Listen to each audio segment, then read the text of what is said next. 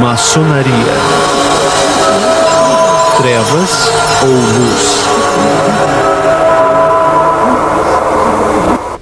Por todo o mundo civilizado, principalmente o mundo ocidental, há uma diversidade de limites. Vemos diversidade nos aspectos sociais, econômicos, culturais e étnicos.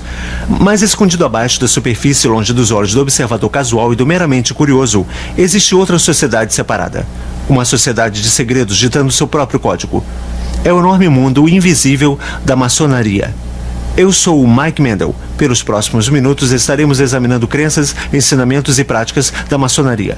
Estaremos falando com ex-maçons e analisando literatura maçônica real, para tentar adquirir uma visão objetiva desta ordem fraternal secreta. Esse estudo permite uma reflexão racional. O material examinado está em uso atual, e nosso ideal é levar à compreensão do que realmente a maçonaria é. A maçonaria se autodefine como um sistema de moralidade. A base da maçonaria, por onde todos os maçons têm que passar, é a Loja Azul. A Loja Azul inicia os 3 primeiros graus ou níveis da maçonaria. O aprendiz é o primeiro nível, o companheiro é o segundo nível e o mestre maçom é o terceiro nível. A maioria dos maçons nunca vão além do terceiro grau, porém, se alguém escolher ir além da Loja Azul, existem 2 caminhos que podem ser tomados. Um é o rito de York e o outro é o rito escocês. A maioria dos maçons que decidem ir além da Loja Azul entram no rito escocês de maçonaria. O rito escocês tem 32 graus. O 32º pode conduzi-lo para o santuário, se assim ele escolher. O 33º grau que existe é altamente honorário. O autor Ian Taylor tem estudado as origens da maçonaria moderna. Para muitas pessoas, o próprio mundo da maçonaria invoca um senso de mistério, de sociedade secreta, mas de modo a descobrir o que eles realmente são, precisamos conhecer um pouco de história. Havia muitos pensadores humanistas em 1500 que viam a corrupção que havia na igreja daquela época. Eles concluíram que, para se verem livres daquela corrupção, teria que haver uma nova ordem mundial. Eles haviam lido A República de Pilatos, que em 1500 já era uma obra popular. E Pilatos era também um grande filósofo que viveu no 5º século antes de Cristo. E ele disse: se nós pudermos ter um grupo de homens sábios que fossem bem pagos para governar o povo, aí sim haveria corrupção. Um bom pensamento, um pensamento inocente. O nosso governo é corrupto, entretanto, ainda existem pessoas muito boas hoje em dia. Esse tema estava em pauta para os pensadores humanistas de 1500. Para fazer isso, eles precisavam antes descobrir a ordem mundial já existente. Essa ordem mundial estava baseada sobre o poder do reinado de Deus pelo rei e pela igreja. Mas para sugerir isso, seria uma heresia daqueles dias e eles teriam perdido suas cabeças literalmente. Então eles tiveram que formar uma sociedade secreta. Agora, o maçom da época, esses eram do artesanato maçônico. Foram os homens que realmente construíram as catedrais daqueles dias. Eram homens hábeis e isso foi uma das primeiras formas de união dos trabalhadores. Eles queriam manter para si seus segredos e suas habilidades. Haviam boas razões para isso, e então os pensadores humanistas se infiltraram dentro das lojas de artesanato maçônico, e então eles se tornaram os maçons especulativos. Eles eram chamados especulativos pelos maçons artesanais, porque eles não saberiam diferenciar um esquadro de um compasso. Eles eram apenas os humanistas, os idealistas, os acadêmicos. Então existem dentro das lojas maçônicas 2 tipos de maçons. O maçom artesanal, que é o maçom genuíno, que cortava pedra e etc, etc. E também tem o maçom especulativo, e é este o pensador humanista. Este é aquele que pretende reconstruir a nova ordem mundial. O autor e conferencista Ron Carlson dedicou 3 anos estudando profundamente o tema maçonaria. A maçonaria moderna realmente começou no ano de 1717, na Inglaterra. A loja foi formada e muitas dessas coisas foram desenvolvidas depois de 1717, na Inglaterra. Então veio para a América e Canadá, quando as pessoas migravam para a América do Norte durante aqueles anos. E está vastamente estabelecida aqui na América do Norte. Está estimado que próximo a 5 milhões de homens estão envolvidos na maçonaria aqui na América do Norte. Talvez 1 milhão no santuário. O que é maçonaria aos olhos do maçom? O que o maçom acha que é? Bom, nós vemos que a maioria dos maçons entram para a maçonaria visando-a simplesmente como uma organização fraternal, como escoteiros avançados, porque o pai ou o avô faziam parte da maçonaria. E eles se envolvem inocentemente, sem se darem conta de que é uma organização religiosa desenvolvida para específicos fins espirituais. Ao passar dos séculos, o homem tem desenvolvido uma variedade de crenças e tradições. Algumas dessas, como o cristianismo, o judaísmo e o islamismo, são monoteístas, ou seja, são baseados no conceito de um só Deus. Outras, como o hinduísmo, são politeístas, acreditando em muitos deuses e deusas. Uma das religiões mais antigas talvez seja a mais universal. Emergiu praticamente intocada e geograficamente separada, em culturas radicalmente diferentes. Essa religião é o paganismo, a adoração da deusa Lua e do deus Sol, que também eram chamados, por exemplo, podemos citar Apolo e Diana, ou mesmo uma gama de outros nomes. O paganismo é a mesma religião mística que emergiu na antiga Babilônia muitos mil anos atrás. Mas o que tem o paganismo a ver com a maçonaria? O ritual da teologia da maçonaria realmente originou do paganismo egípcio. E a razão para isso é que, como podemos ver, em 1717, os rituais de teologia foram reunidos e formalizados e criaram a Grande Loja na Inglaterra. A razão era que já havia naquela época um grande número de lojas na Inglaterra e em toda a Europa. E naquele tempo todos tinham práticas um pouco diferentes. Essas práticas vieram das origens de maçom especulativo, que obviamente era o ecrucionismo. E seus membros acreditavam nas tradições egípcias e, como podemos ver, dentro da maçonaria encontramos Osíris, Adonis e Ísis, que são mencionados frequentemente. Então é claro que esses são os símbolos pagãos. Um dos rituais usados em algumas das lojas antes de 1717 e um pouco depois também era o ritual de iniciação com o sangue. Neste momento, o dedo mínimo era cortado e o sangue era derramado, e este era o novo membro fazendo uma aliança de sangue com a organização. O que acontece é que quando o maçom se une à loja, ele primeiro entra no que é chamado de loja azul. E a primeira coisa que ele é obrigado a passar é pela cerimônia de iniciação, chamada de nível de aprendiz.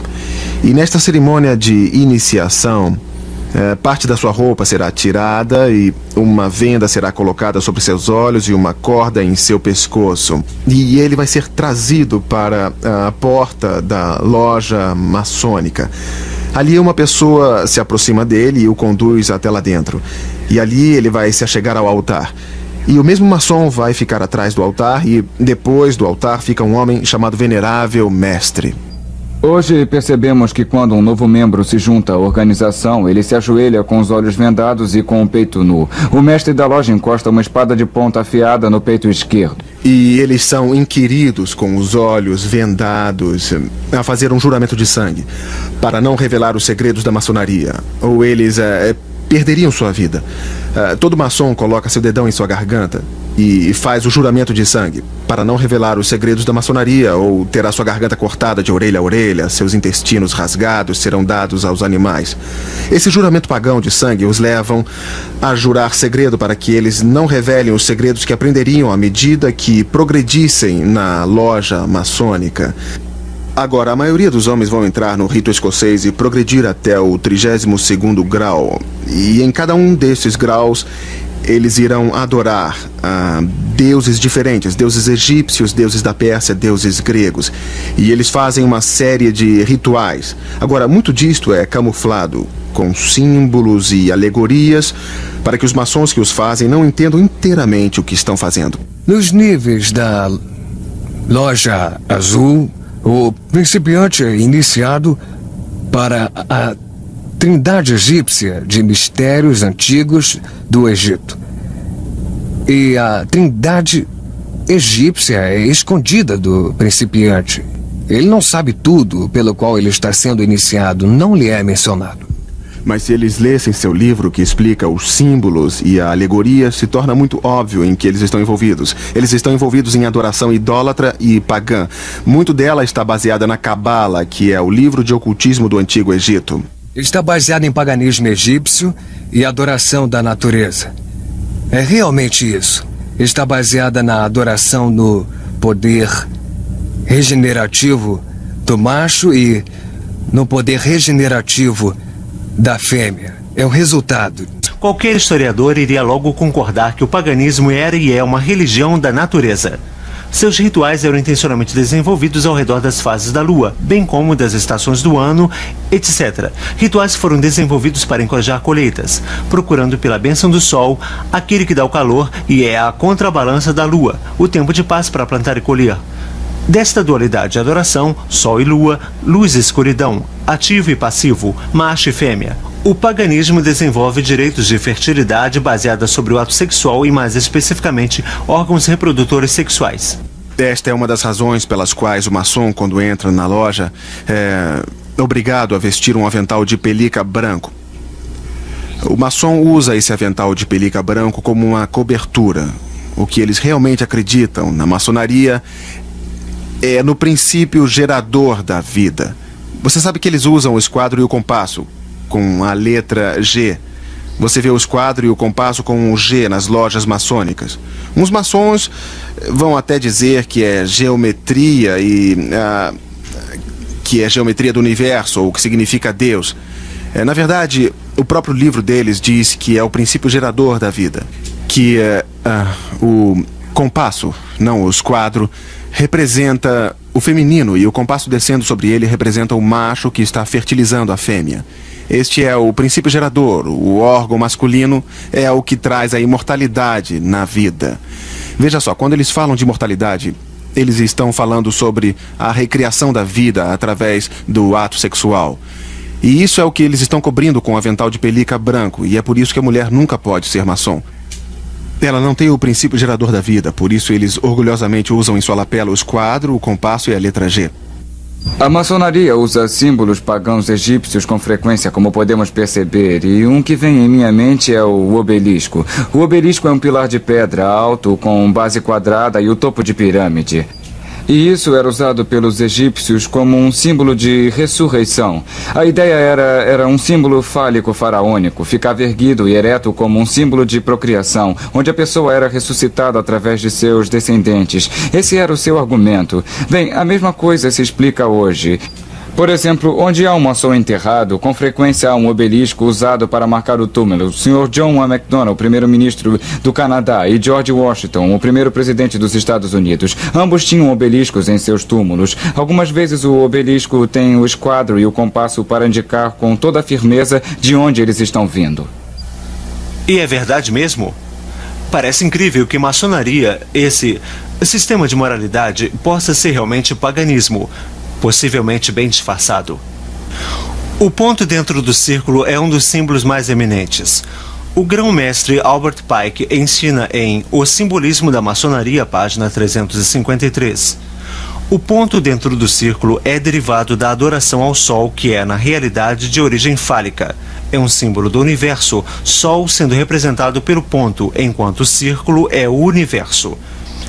Make afirma mais a fundo em seu manual da loja, página 56. O fálico era a imaginação do órgão gerador masculino. Era representado geralmente por uma coluna, que na sua base era rodeada por um círculo. O ponto dentro do círculo foi intencionado pelos antigos como uma espécie de poder fálico da natureza, o qual eles adoravam sob a forma única do ativo ou princípio macho, mas do passivo ou princípio da fêmea. O paganismo reconhecia e adorava esses poderes como a força criativa na natureza. Albert Pike era Gran Comandante do Rito Escocês em 1800. Do seu livro Morais e Dogmas, o Sol e a Lua representam dois grandes princípios ou geração, o ativo e o passivo, o macho e a fêmea. Ambos brilham sua luz sobre seus descendentes, a estrela brilhante ou Horus. Essas autoridades maçônicas concordavam que o simbolismo da maçonaria era ocultista e era derivado do paganismo. Os rituais ocultistas e o simbolismo que são centrais na maçonaria foram tremendamente significantes para mim. Pessoalmente, eu estive profundamente envolvido por muitos anos com bruxaria. A bruxaria é a religião do paganismo e a adoração do deus Sol e da deusa Lua em várias formas. Eu estive envolvido no ocultismo por 12 anos. Steve Warren nos fala de sua experiência.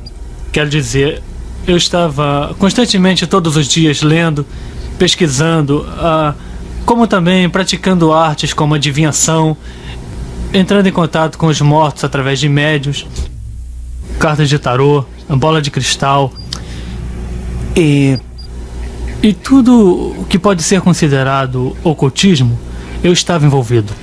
O simbolismo na própria bruxaria é muito grande. Muitos dos implementos usados têm significação em termos de elementos naturais, como Van representando o ar, Azor representando o fogo, Akalis a água ou o pentagrama representando a terra.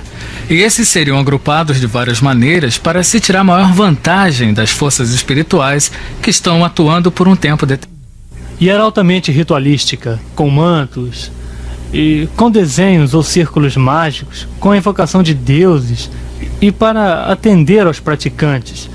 E também, quase tudo que se fazia, mesmo que não fosse um ritual formal, sempre tinha algo a ver com um ritual. Mesmo que fosse rogar uma praga, sempre acendíamos velas, trazíamos os elementos e montávamos o altar. Alguns dos paralelos entre maçonaria e a bruxaria mostram que as similaridades não são possíveis sem que sejam coincidência. Similaridades em rituais, trabalhos e simbolismos que são tão parecidos que fica claro sugerir uma origem totalmente comum. Para examinar essa possibilidade, falei com um número grande de ex-maçons e comparei a iniciação da Loja Azul com a iniciação dos ex-bruxos. Na iniciação da maçonaria, éramos recomendados por outro maçom. Para se juntar à seita, primeiro tínhamos que ser selecionados. Nós tínhamos que ser recomendados por alguém que já estivesse na bruxaria. Quando fui iniciado, meus olhos foram vendados. Me puseram uma corda e no peito me encostaram a ponta de uma espada. Na bruxaria nós éramos iniciados através de um tipo de ritual, de cerimônia de iniciação, onde o candidato era conduzido com uma corda e com os olhos vendados até chegar à borda de um círculo mágico. E a corda estava no meu pescoço e fui conduzido adiante. E na frente, no outro lado do prédio, ficava o venerável mestre. Me ajoelhei diante dele, como se ele fosse um deus.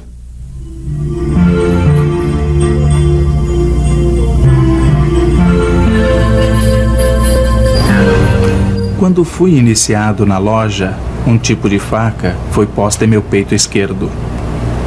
Fui avisado que se eu revelasse qualquer um dos segredos da maçonaria, eu seria punido. Quando você era apresentado ao sacerdote, uma espada era posta no seu peito, você fazia um juramento de sangue, prometendo ser fiel aos segredos da bruxaria. Quando você está na sala, a venda é tirada de você, e essa é a hora em que você diz que está vindo das trevas para a luz. Durante a cerimônia de iniciação, o iniciante é conduzido pelo sacerdote e é desafiado na beirada do círculo por alguém dizendo: "Quem está aí?" A resposta é: alguém do mundo das trevas. Nossas orações terminavam com "assim seja". Um dos outros aspectos e também características da bruxaria é que sempre ao final de qualquer feitiço ou ritual, onde o poder era liberado, pois era aqui que era liberado, falava-se então "assim seja". Fiquei muito intrigado ao saber que a bruxaria e a maçonaria tinham tanto em comum. No entanto, os seguidores da bruxaria dispensam o conceito bíblico de Lúcifer. A maçonaria vai tão longe que realmente chama Lúcifer de Deus. Nas palavras do soberano pontífice da maçonaria universal, Albert Pike: sim, Lúcifer é Deus. Infelizmente, Adonai também é Deus. A verdadeira e pura religião filosófica é a crença em Lúcifer, o igualitário a Adonai.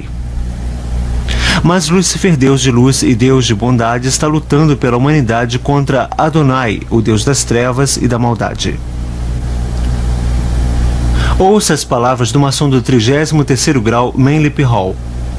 Quando o maçom descobrir que a chave do guerreiro é a correta aplicação do dínamo de força vivente, então ele aprenderá o mistério da sua arte. As forças agitadas de Lúcifer estão em suas mãos e antes que ele possa dar passos à frente e para cima, ele deve provar sua habilidade em aplicar essa energia. Dos literalmente milhões de maçons do mundo todo, quantos estão realmente conscientes do real significado dos símbolos maçônicos? A resposta é bem poucos. Como a maioria dos maçons nunca ultrapassam o 3º grau da loja azul, a classificação de mestre maçom, a maioria deles nunca descobrem no que estão envolvidos. E nunca vão descobrir o que é maçonaria, a não ser que tentem entrar nos níveis mais altos do rito escocês ou do rito de York. De fato, eles não são só ignorantes, são deliberadamente enganados por seus superiores na loja. Assim falou a própria autoridade Albert Pike. Os níveis azuis não são mais do que a parte de fora do templo. Parte dos símbolos são expostos ali para os iniciantes. É intencional que eles não os entendam, mas é intencional que eles pensem que os entenderam. Quando muitos maçons passam pelos primeiros 3 graus, tornam-se mestres maçons e param por aí, pensando que é somente uma organização fraternal.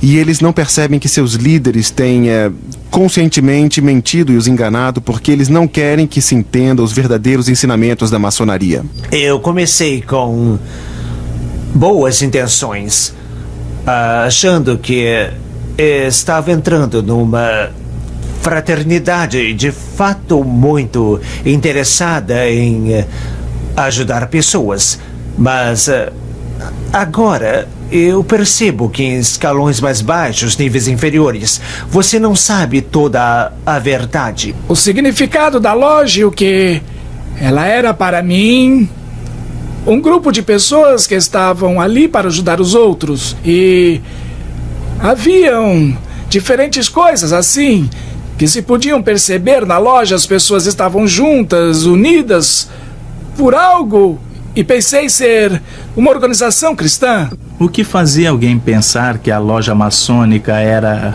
um lugar cristão era o fato que encontrei pessoas que eram membros da mesma igreja a que eu pertencia, a Igreja Presbiteriana do Canadá, como membros da loja, membros em posições importantes na loja.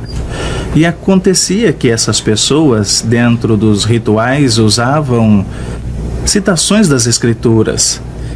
Então, isso me fez pensar que eu estava certo.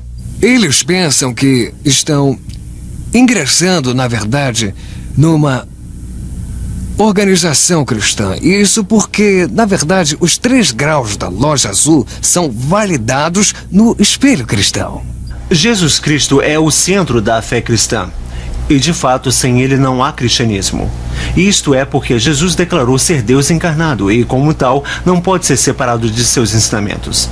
Ele não ensinou um sistema de moralidade para levar alguém a Deus.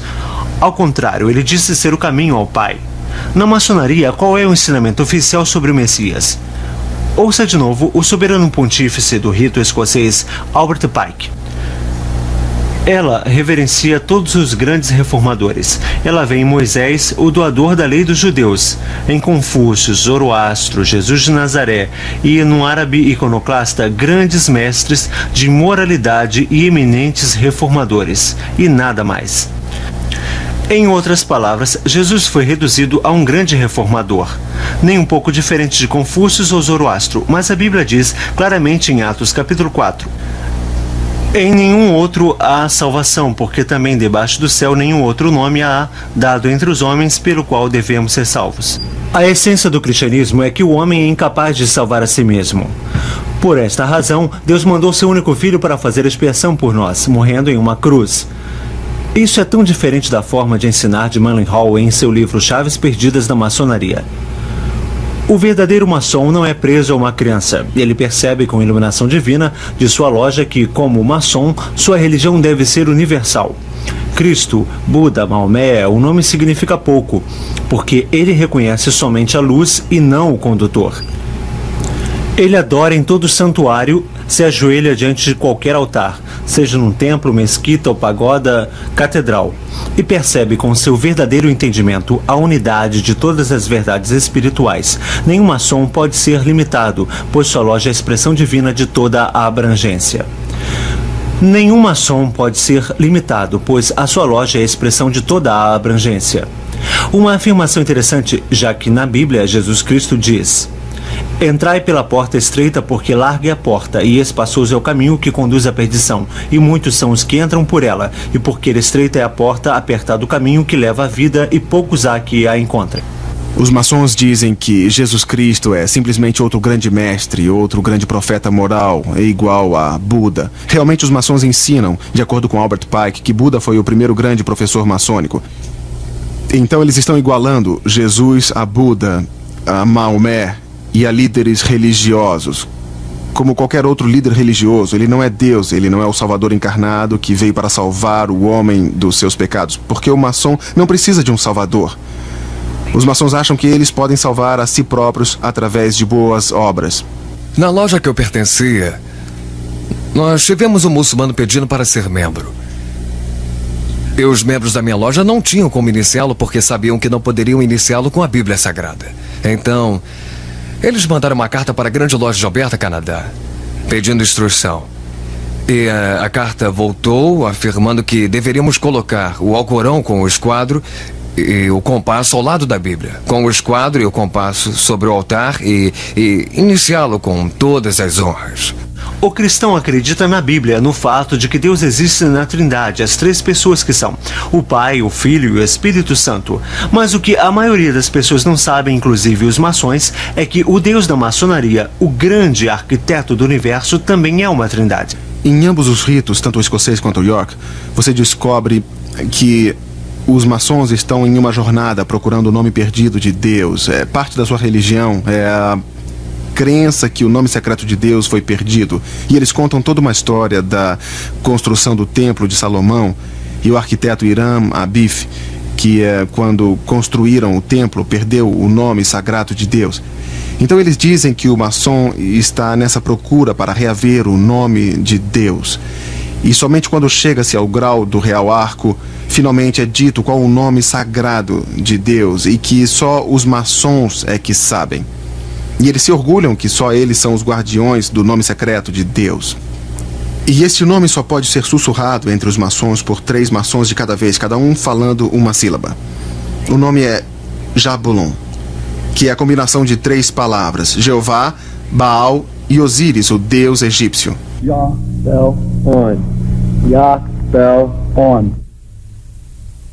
E o que o maçom está adorando na loja maçônica é um deus de 3 cabeças feito de Jeová, Baal, que foi o deus da fertilidade de Baalbac, no Líbano, e Osíris, deus sol egípcio, representado pelo símbolo fálico, que é a adoração sexual do Egito. E desta combinação sai um monstro de 3 cabeças, e dizem que esse é o deus maçônico a quem eles adoram. A salvação para o cristão está baseada inteiramente no sacrifício do Senhor Jesus Cristo na cruz. A Bíblia diz que todos pecaram e estão afastados da glória de Deus. E que não importa o quanto nos esforcemos para sermos bons, jamais alcançaremos o alvo de sermos santos como Deus. Mas Deus dá o presente gratuito da vida eterna para aqueles que acreditam em Jesus Cristo e permitem que Ele pague pelos seus pecados na cruz. Nas palavras de João 3,16, porque Deus amou o mundo de tal maneira que deu seu único Filho, para que todo aquele que nele crê não pereça, mas tenha a vida eterna. A salvação para o maçom é algo totalmente diferente. Os maçons estão contando com suas boas obras, algo que a Bíblia diz que não pode salvá-los de fato. O monitor maçônico ensina que Deus, o olho que tudo vê, vai recompensar o homem de acordo com suas obras. O olho que tudo vê penetra nas profundezas do recesso no coração humano e vai nos recompensar de acordo com nossos méritos. No 19º grau do rito escocês é dito ao maçom: o maçom que tem dado prova de sua afeição aos estatutos e regras desta ordem, no final o fará merecedor de entrar na Jerusalém celestial, o céu. O 28º grau do rito escocês afirma: o verdadeiro maçom ergue-se por degraus até alcançar o céu. Os maçons acreditam que eles podem merecer a salvação e que eles podem subir uma escada até Deus, a quem eles chamam de grande arquiteto do universo, e que um dia eles vão ficar diante de Deus e Deus irá levá-los ao céu. Não por causa de Jesus Cristo, não, mas porque eles foram bons maçons e fizeram boas obras. Um dia eu estava conversando com o pontífice do santuário em Minneapolis, de onde eu sou. Ele me ligou um dia. Ele tinha ouvido a minha fita sobre maçonaria. Como é que você ousa dizer que a maçonaria não é cristã? Ele disse: eu sou um diácono na minha igreja. Ele disse: eu sou um bom cristão. Eu sou o chefe do meu santuário. Como é que você pode dizer que eu não sou cristão? Aí eu parei e lhe fiz uma pergunta. Bom, senhor, se você morresse agora e ficasse diante de Deus esta noite, e ele te perguntasse por que ele deveria deixá-lo entrar no céu, eu disse: o que você responderia? Eu nunca vou esquecer, houve um silêncio por mais ou menos 10 ou 15 segundos, então ele me respondeu: bom, eu acho que responderia que fui um bom maçom. Se os maçons estão esperando que suas lojas os salvem, sua confiança está no lugar errado, assim como os que têm sua esperança em um cargo na igreja ao invés de Cristo. Seria como depender de uma associação esportiva ou de um country club se as obras pudessem nos salvar. Eu estava pregando no Texas, no sul do Texas, numa grande igreja onde os maçons de lá, muitos deles faziam parte da liderança. E eles viram a minha fita na manhã que eu fui pregar e eles falaram: nós não sabemos por que estamos deixando você pregar. Você está criticando a maçonaria. E a maior parte da liderança era maçônica, os professores da escola dominical eram maçons. De fato, um dos líderes era o venerável mestre de sua loja na cidade e o outro era o soberano pontífice do santuário. E eles vieram a mim depois do culto e eu disse: bom, vocês têm os livros, procurem seus próprios livros dentro do contexto, tudo o que eu falei. Eu dei a eles os capítulos, os números das páginas. Eles ficaram até 4 da manhã daquele domingo vendo todos os documentos em suas próprias bibliotecas maçônicas. Eles voltaram na segunda de manhã e disseram: nós queremos que você saiba, Ron, que todos nós resignamos da loja a noite passada. E nós estamos vendo isso acontecer por todo o país, quando os maçons tirarem o embrulho e examinarem o conteúdo do que estão envolvidos, e eles vão descobrir que estão mesmo numa seita não cristã, pagã e idólatra, e que nenhum cristão deve fazer parte.